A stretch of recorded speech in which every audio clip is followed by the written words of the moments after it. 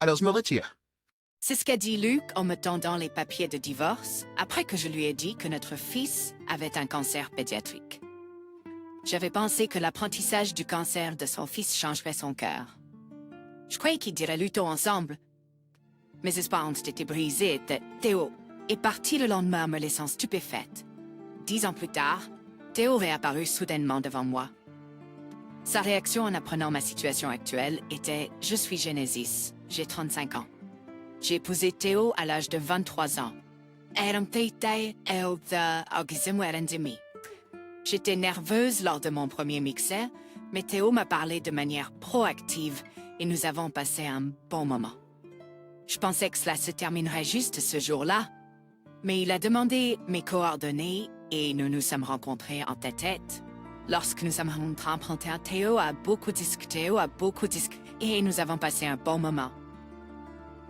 Après plusieurs revues, nous avons commencé à sortir ensemble. À seulement 23 ans, je ne pensais pas encore au mariage, mais Théo était pressé de se marier rapidement.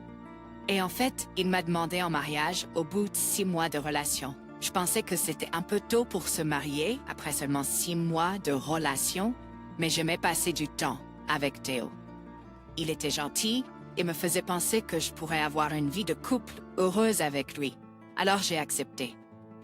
Malgré les inquiétudes des autres, nous avons quand même forcé le mariage. Et bientôt, je regrettais cette décision. Théo, je pars, alors s'il te plaît, fais tremper la vaisselle dans l'évier après avoir mangé. Je le lui ai dit un jour, mais quand je suis rentrée chez moi, la vaisselle était restée telle quelle. Même au dîner, il a dit « Oh, c'est du poisson aujourd'hui ?» J'avais envie de viande. Je suis fatiguée du travail. Ne penses-tu pas que tu devrais me donner un peu de force? Il se plaignait toujours. Il semblait considérer comme acquis que je ferais les tâches ménagères me demandant « Genèse, pourquoi n'as-tu pas repassé mes chemises ?» Un grand avantage du mariage est de porter des chemises bien repassées au travail tous les jours. En y repensant, j'aurais dû protester davantage contre l'attitude de Théo, car nous travaillions tous les deux. Mais étant jeune, je pensais que c'était comme ça que ça devait être. Peu de temps de notre mariage, nous avons eu un enfant. C'était notre fille, Léa. La grossesse a été difficile. Théo a continué à attendre que je fasse le ménage, même pendant ma phase de nausée matinale. Et j'ai du mal avec les nausées matinales. Juste faire sauter quelque chose me rend malade, même si je ne mange pas. Pourrais-tu cuisiner jusqu'à ce que mes nausées matinales disparaissent? Mais il a refusé, disant « Quel est l'intérêt d'être marié si je dois cuisiner? Je ne comprends pas pourquoi tu te sens malade à cause de la cuisine. Porte juste un masque. Tu peux te faire de la bouillie ou quelque chose pour toi-même. » J'ai donc enduré les nausées et fait le ménage tous les jours. Les difficultés semblaient valoir le coup au moment où Léa est née. Il était tellement adorable, et je sentais que je pouvais tout faire pour lui. Cependant, le bonheur a été de courte durée. Élever un bébé pour la première fois était difficile. Je ne pouvais pas dormir pendant la journée. Il y avait des tétés toutes les 3 heures, et c'était difficile. Et bien sûr, il y a des moments où je ne sais pas pourquoi il pleure. Luttant avec la parentalité pour la première fois et visiblement épuisé, Théo n'a pas levé le petit doigt pour aider. Au contraire, il a dit « Dépêche-toi et arrête-le de pleurer. C'est trop bruyant. Tu n'es pas une bonne mère si tu ne sais pas pourquoi il pleure. » Mon patron au travail a dit que les mères peuvent généralement savoir pourquoi un enfant pleure en fonction de la façon dont il pleure. J'ai commencé à perdre confiance en tant que mère en entendant de telles choses. À ce moment-là, j'ai également demandé à Théo de m'aider avec les tâches ménagères et la garde des enfants. Mais il a dit « Les tâches ménagères et la garde des enfants sont le travail des femmes. » Sais-tu pourquoi je me suis mariée? Combien de fois dois-je te le dire? Et si c'était une fille, je l'aurais encore plus aimée. En grandissant, il deviendra complètement peu attrayant, et je déteste juste imaginer sa période rebelle. S'il se rebelle contre moi, je le mettrai à la porte. Il a dit ça et ne m'a pas du tout prêté attention. Peu importe ce que je disais, la position de Théo était toujours « Les tâches ménagères et la garde des enfants sont le travail des femmes, et c'est moi qui gagne le plus. » En effet, Théo avait un revenu plus élevé. mais c'était parce qu'il ne faisait aucune tâche ménagère, me forçant à réduire mes heures de travail. Si je travaillais à temps plein, je gagnerais plus que lui.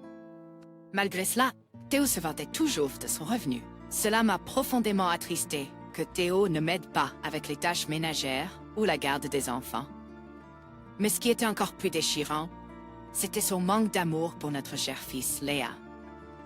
Je me retrouvais souvent à pleurer dehors en calmant à Léa, qui pleurait dans un porte-bébé. Ces jours ont continué et Léa a eu 4 ans. Léa parlait avec enthousiasme de sa journée à la maternelle et a commencé à dire « Je t'aime, maman » tous les jours. Pourtant, Théo est resté indifférent envers lui. Souvent, quand Léa l'appelait papa, Théo l'ignorait, ce qui était déchirant à voir. Vers cette époque, j'ai soupçonné que Théo avait une liaison. C'est une histoire courante, des augmentations soudaines d'heures supplémentaires et de travail le week-end. De plus, il était parfois absent de la maison pendant 2 ou 3 jours, disant qu'il avait un voyage d'affaires qu'il n'avait pas eu à faire auparavant. Même lorsque j'ai confronté Théo à une possible liaison, il a bien sûr nié. Je pensais juste qu'un de ces jours, je devrais engager un détective professionnel ou un enquêteur privé pour découvrir ce qui se passait. Mais avant que je puisse le faire, la santé de Léa a commencé à se détériorer. Léa was often sick with fevers and colds. I was too preoccupied with her health to pursue Théo's suspected infidelity. I was overwhelmed with thoughts about Léa. Theo, of course, never helped with the caregiving. Instead, he'd say, I don't want to catch your cold. I'll stay at my parents' place, and leave. You are probably off to see another woman. In my heart, I fought, but my situation didn't allow me to dwell on it. Léa's health issues continued after that. At that time, Léa was 5 years old. The hospital decided to conduct thorough examinations as something seemed off. Dr. Luke called me to tell me that the test results were in, and asked me to come talk to him with parents if possible. So I asked Teo to come with me, but he did not come with me this time either, saying it was too much trouble. I had no choice but to go to the hospital alone to hear the news. The news from Dr. Luke hit me like a hammer blow. Léa had pediatric cancer. Everything went dark before my eyes. Why, Léa, I was overwhelmed, collapsing on the spot. Dr. Luke helped me up and calmed me down. Dr. Luke was the one who spoke to me then. Léa will start treatment now. It will be hard for you, but if you look sad, it will make it harder for her. That woke me up. Right, days no use in being down. I had to be strong for Léa. I went home and told Théo about Léa's cancer. I thought surely Théo would change his heart knowing his daughter had pediatric cancer. Let's get through this together, he said to me. But my hopes were crushed. Theo pondered for a moment and then said, Then I'm backing off, and he slammed the divorce papers in front of me. I couldn't comprehend what was happening before my eyes. What? What do you mean? That was all I could muster. When I heard that the hospital asked for both parents to come, I figured something serious had happened. Like some big illness or something. It was as I expected. To be honest, I was already thinking of divorcing you. Since we got married, you've been nagging me to do housework and participate in childcare. I didn't divorce you because of the kid and what people would think. Maintenant qu'il a le cancer, il n'y a plus d'utilité à le traiter. Si l'enfant va mourir de toute façon, je me suis dit, à quoi bon? Théo a dit cette chose incroyable de manière très naturelle. Il m'a laissé les papiers de divorce en me disant de signer ma part et de les soumettre, puis il est parti rapidement vers la chambre. J'étais figée sur place pendant des heures, incapable de bouger, fixant les papiers de divorce. Je pouvais tolérer son manque d'aide pour les tâches ménagères et la garde des enfants avant, mais là, c'était trop. Mais maintenant, je me demandais, est-ce que je pourrais vraiment élever Léa seule pendant qu'il se bat contre le cancer? Mes parents habitent loin et travaillent encore. Je ne peux pas compter sur eux. Je vais devoir travailler et soutenir Léa pendant son traitement. Submergée par l'anxiété, je n'arrivais pas à arrêter mes larmes. La pensée de perdre Léa me faisait douter de ma capacité à continuer. Alors que j'étais plongée dans ces pensées, Léa, qui aurait dû être endormie, est sortie. J'ai rapidement teinturé ma tête. Léa, qu'est-ce qui ne va pas? Tu as besoin d'aller aux toilettes? Léa est venue à mes côtés pendant que je parlais. Maman, qu'est-ce qui m'a pas? Est-ce qu'il s'est passé quelque chose de triste? Tu as attrapé un rhume? Je suis désolée, j'attrape toujours un rhume. Je vais m'occuper de toi cette fois-ci. Il me l'a dit gentiment. Essayant de ne pas l'inquiéter, j'ai essuyé mes larmes, mais elles ne s'arrêtaient pas, alors je l'ai serré dans mes bras. C'est vrai, je dois être forte. J'ai décidé de protéger Néa. J'ai renforcé ma détermination. Le lendemain, Théo a fait ses valises et est parti sans nous dire au revoir.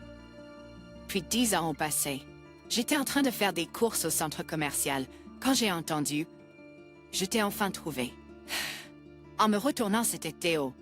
Ce n'était pas surprenant qu'il soit plus âgé qu'il y a 10 ans, mais il avait l'air un peu maigre et ses vêtements étaient usés. Alors que je restais là choquée, Théo a continué à avancer. Je te cherchais. Tu as déménagé et tu n'utilises pas les réseaux sociaux. J'ai demandé à des amis et j'ai entendu dire que tu habitais peut-être dans le coin. Alors, je suis venu dans ce magasin.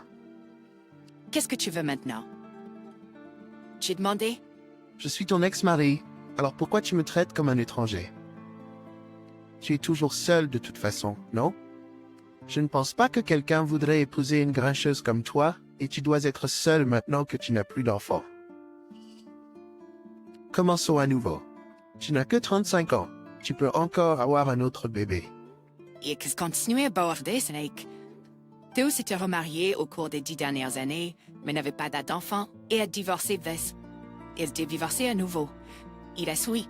C'est triste d'être seul à un âge avancé, n'est-ce pas? Maintenant que je comprends la situation, j'ai répondu, j'ai déjà eu un deuxième enfant, donc je vais bien. Et je ne suis pas du tout seule. Théo avait l'air perplexe. Puis une voix a appelé « Maman !» Là se tenait Léa, mon fils cadet, et mon mari actuel. Théo s'est retourné, stupéfait. Léa, tu es en vie. Léa est restée figée à la vue de Théo, lui aussi. J'ai guidé Léa derrière moi et fait face à Théo. Léa a maintenant 15 ans et c'est notre fils de 7 ans et mon mari actuel. Théo a murmuré. Tu t'es remarié et a regardé Luc, qui est ce type? Il ne peut pas être un vrai homme. Mon mari, comprenant rapidement la situation, s'est présenté à Théo. Enchanté, mon nom est Luc et je suis le mari actuel de Genesis. J'étais le médecin de Léa, alors avez-vous au moins entendu parler de moi?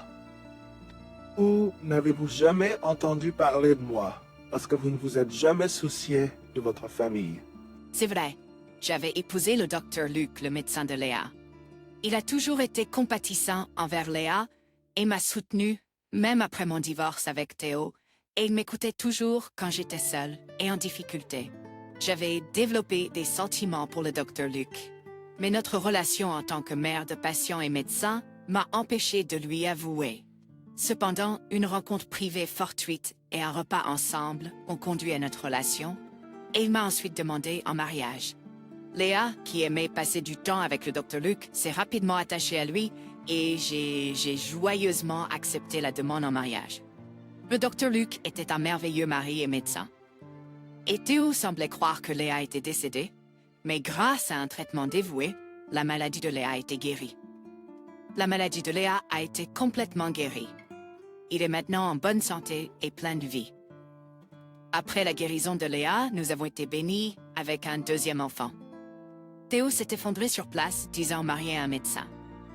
Il semblait choqué que j'ai trouvé le bonheur après notre divorce. Mais ensuite, il a regardé Léa et a dit « Léa, tu te souviens de moi, n'est-ce pas? Je suis ton vrai père. Tu veux être avec ton vrai père, n'est-ce pas? Tu acceptes cette situation parce que tu n'as pas le choix, n'est-ce pas? Dis la vérité. » Léa m'a regardé et je lui ai dit « Tu peux dire ce que tu veux. » Ensuite, Léa s'est avancée devant Théo et dit « Je me souviens à peine de toi.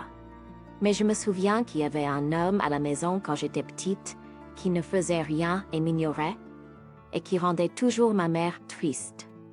Je ne t'ai jamais considéré comme mon père. Mon père, c'est le seul père que j'ai maintenant. » En entendant cela, Théo était complètement stupéfait et immobile. Luc a alors dit « Tu comprends maintenant? Pour moi, il est mon vrai fils. Si tu réapparais, nous appellerons la police. » Nous avons laissé Théo debout là que vaincu.